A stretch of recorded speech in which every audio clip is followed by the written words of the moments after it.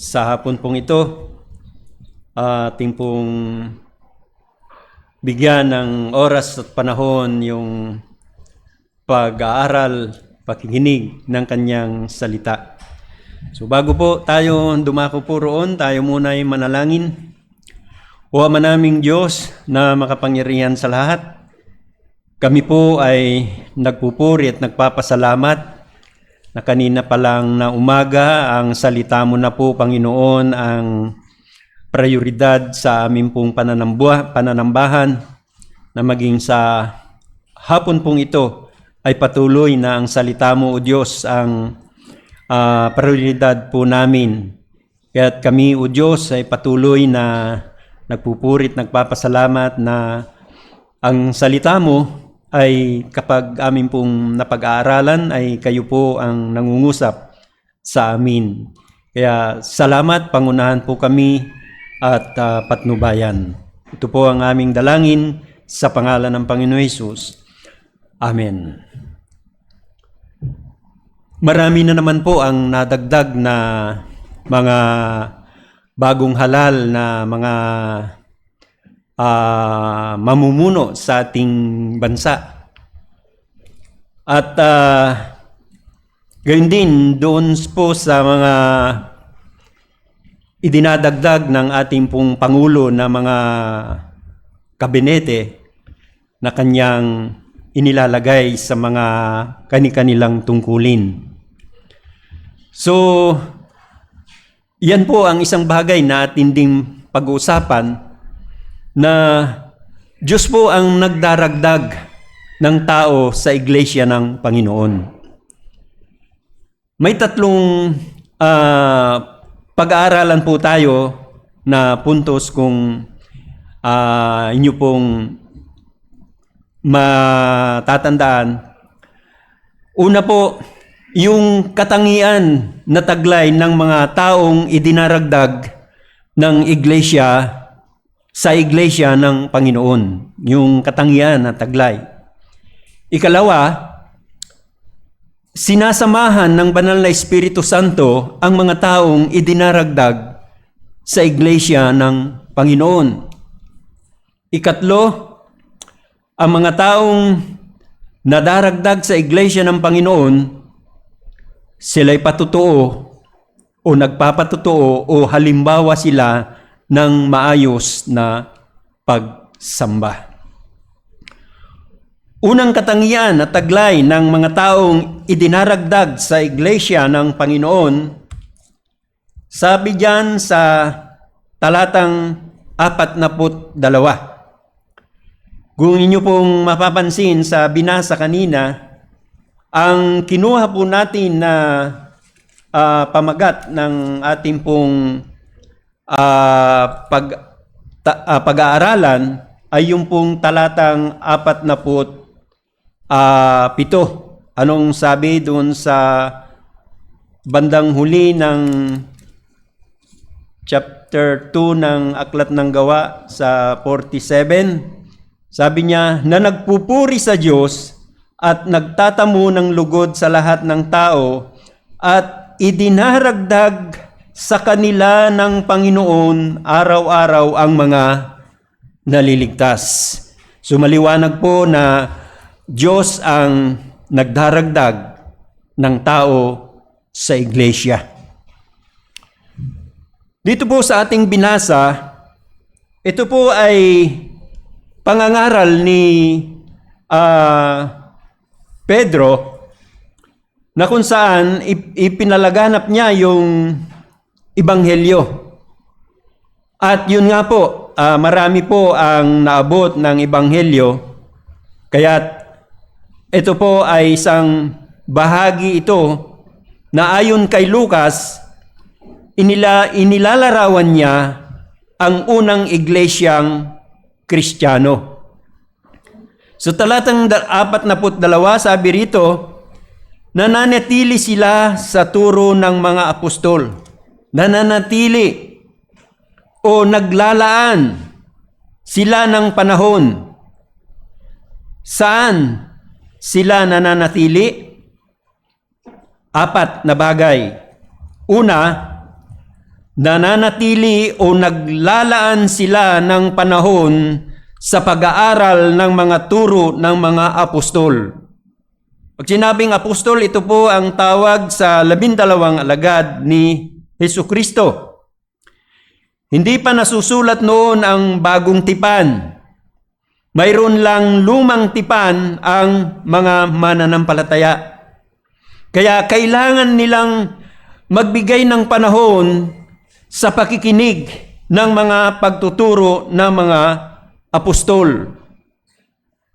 Para matuto sila ng tungkol kay Hesukristo at kung paano sila makasunod sa Panginoon.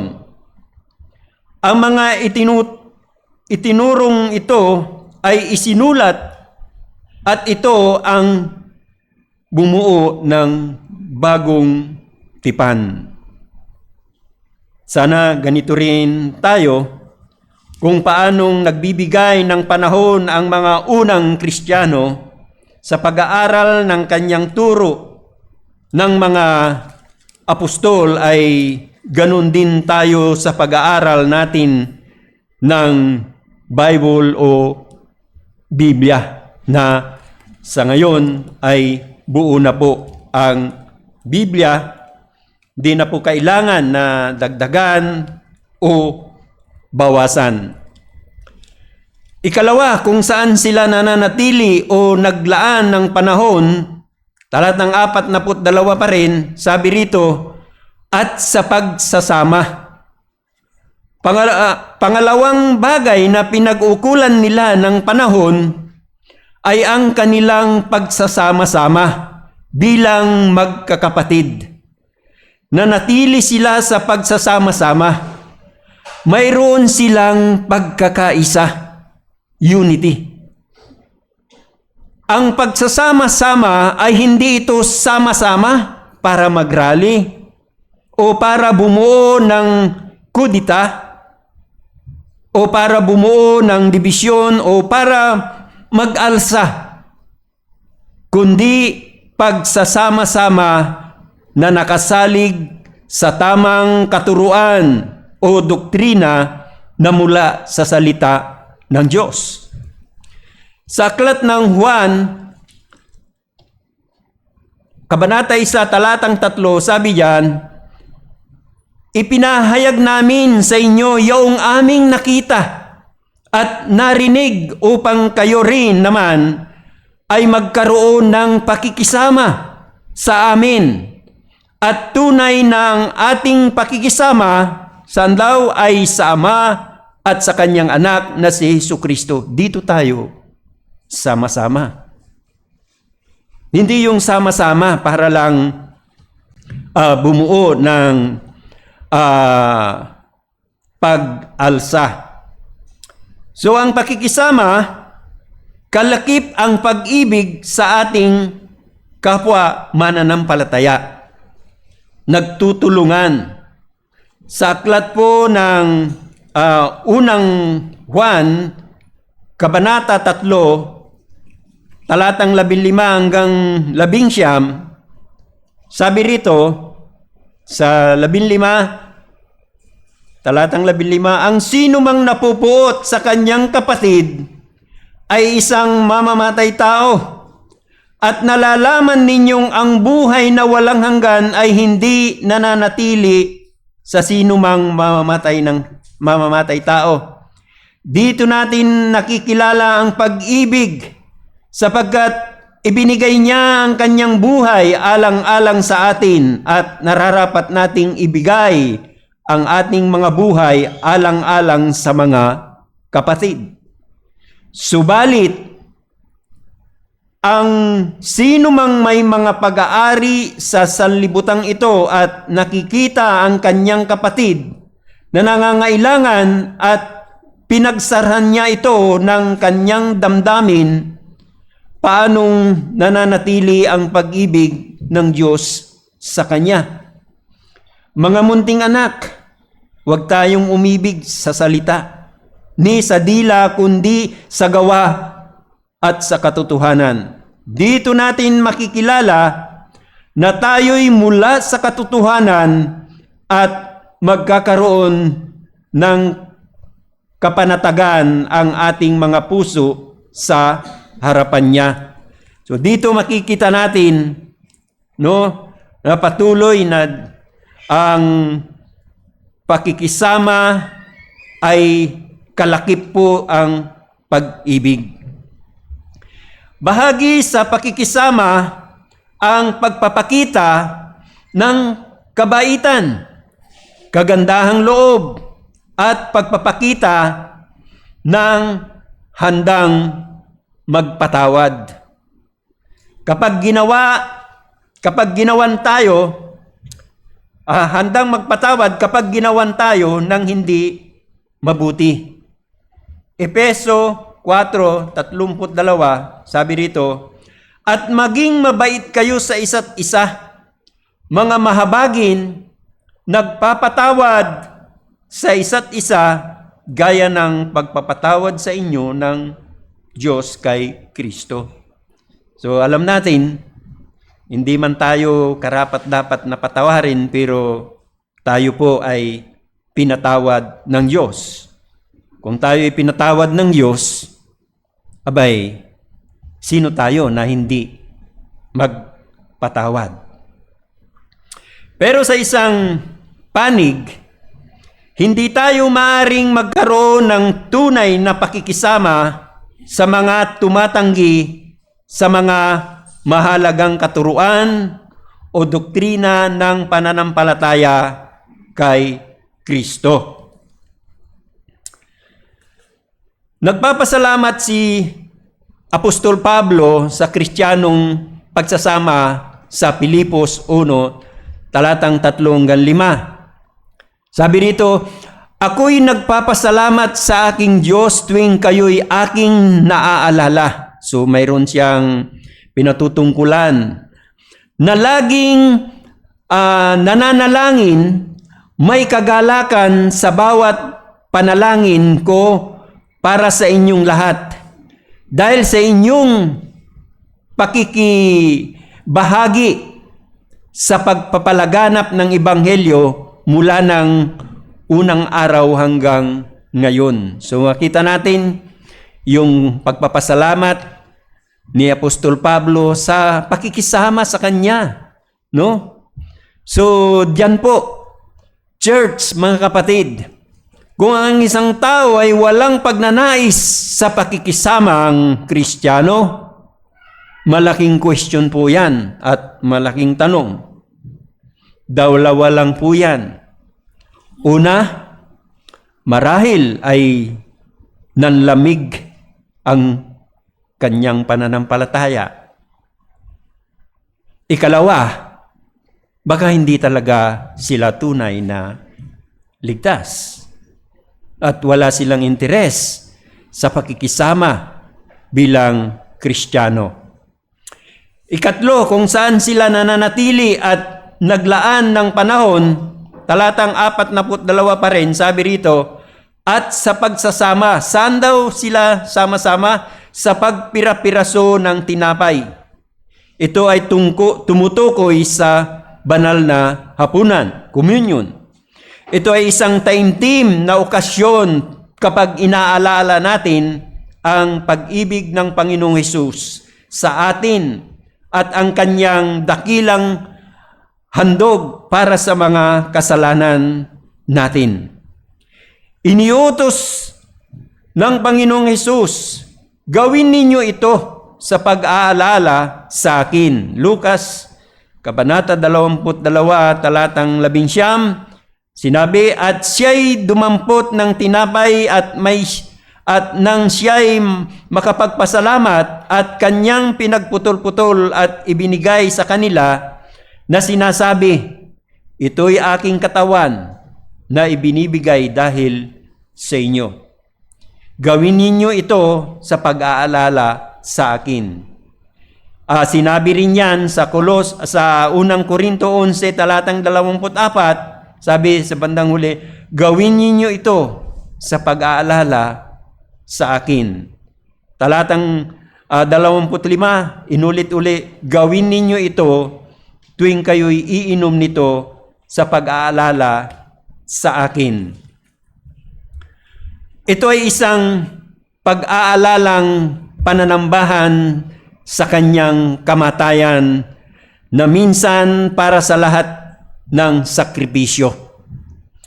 Kapag kumain tayo ng tinapay at uminom sa kopa ng banal na hapunan, inihahayag natin ang kamatayan ng Panginoon hanggang siya ay muling dumating. Ito po ay sinabi sa unang Korinto 11:26. Sabi, sapagkat tuwing kainin ninyo ang tinapay na ito at inumin ang kopa, ipinahayag ninyo ang kamatayan ng Panginoon hanggang sa dumating siya. So ang tinapay ay nagsasalita tungkol sa katawan niya na dinurog at pinahirapan sa Kalbaryo para sa atin.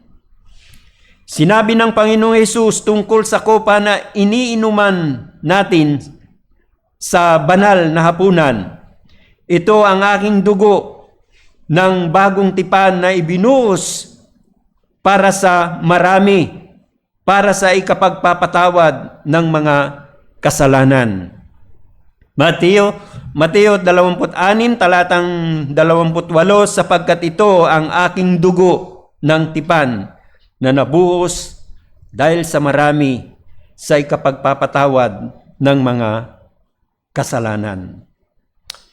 Efeso 1, talatang 7, sabi, sa kanya'y mayroon tayong katubusan sa pamamagitan ng kanyang dugo na kapatawaran ng ating mga kasalanan ayon sa mga kayamanan ng kanyang biyaya.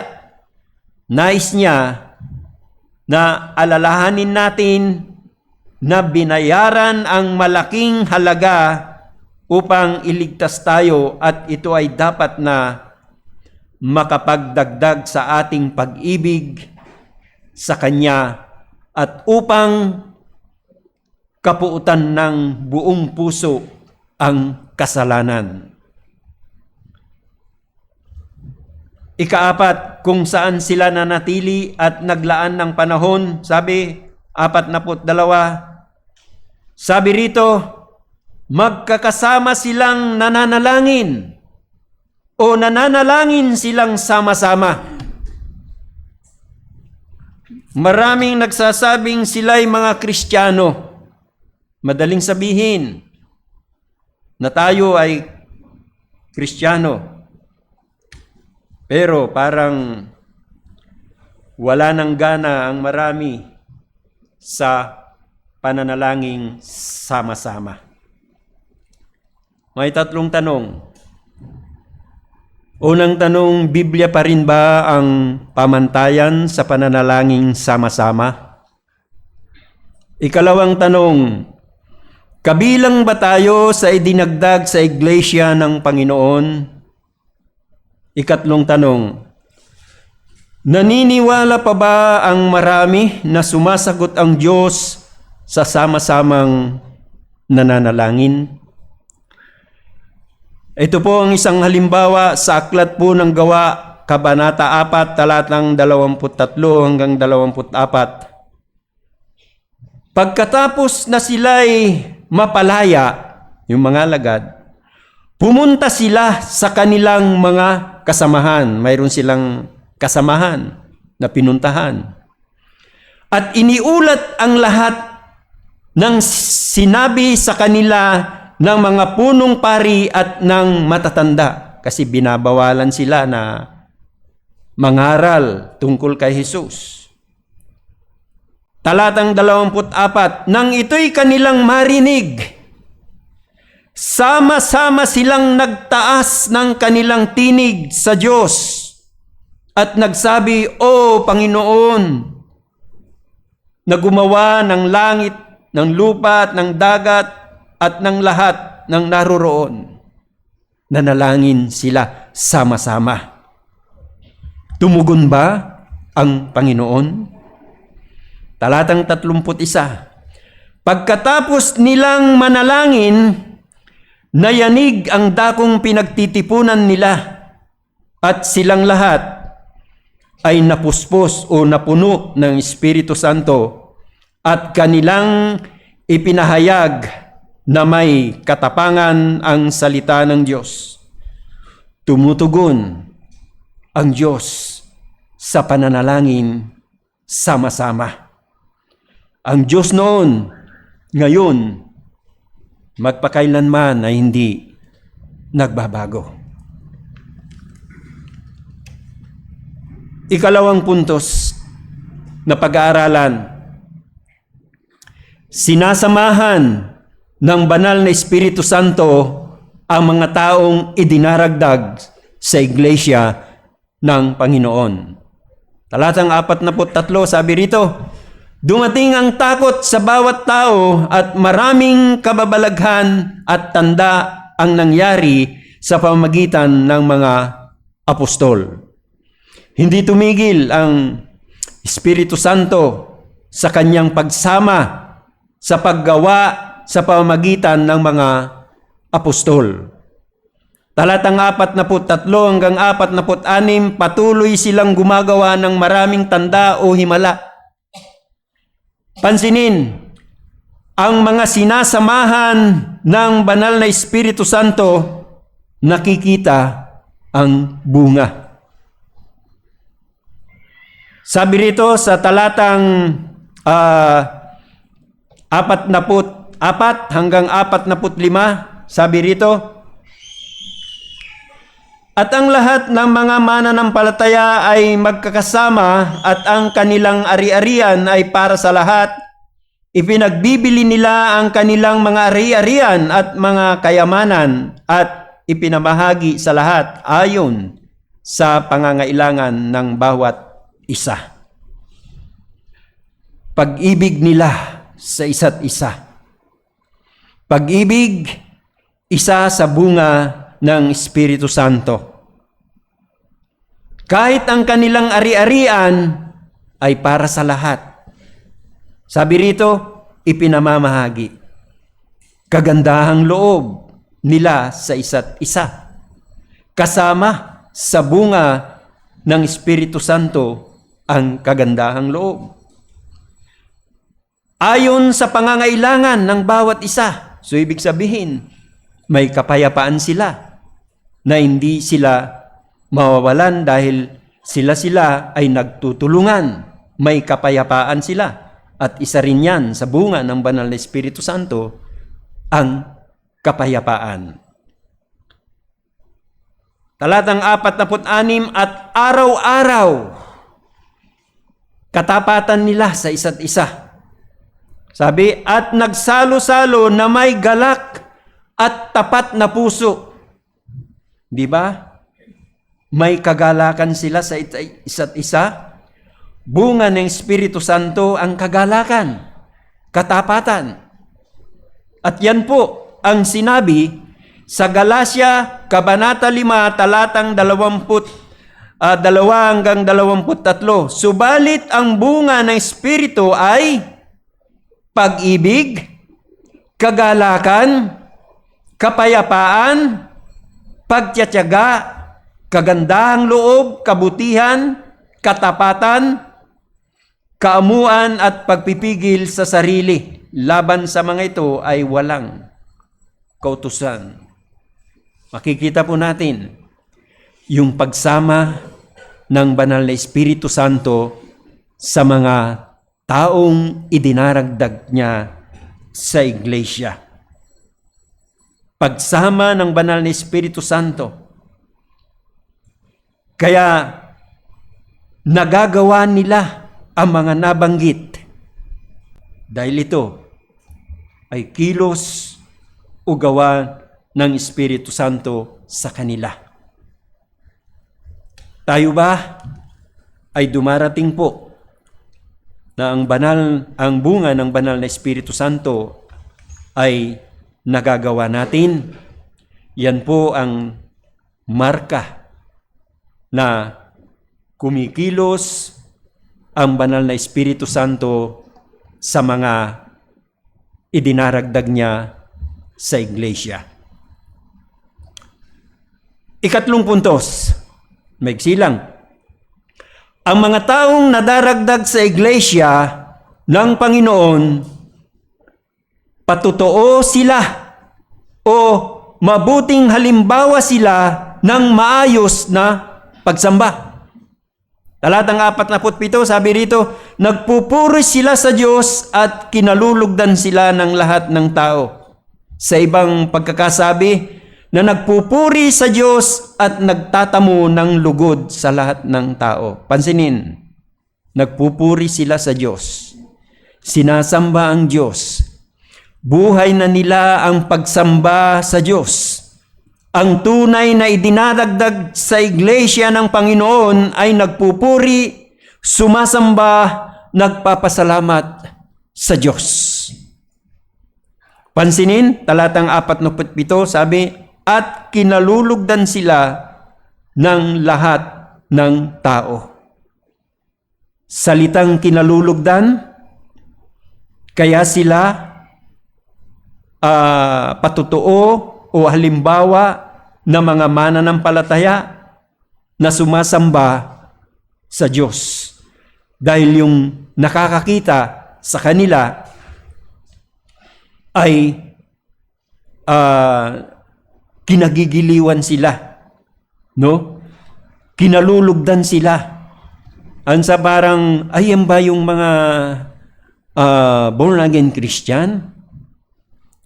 Yan bala ang mga mananampalatayang sinasabi.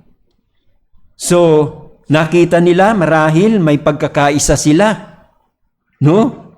Nagtutulungan sila, nagmamalasakitan sila, hindi sila nagsasakitan, nagmamalasakitan.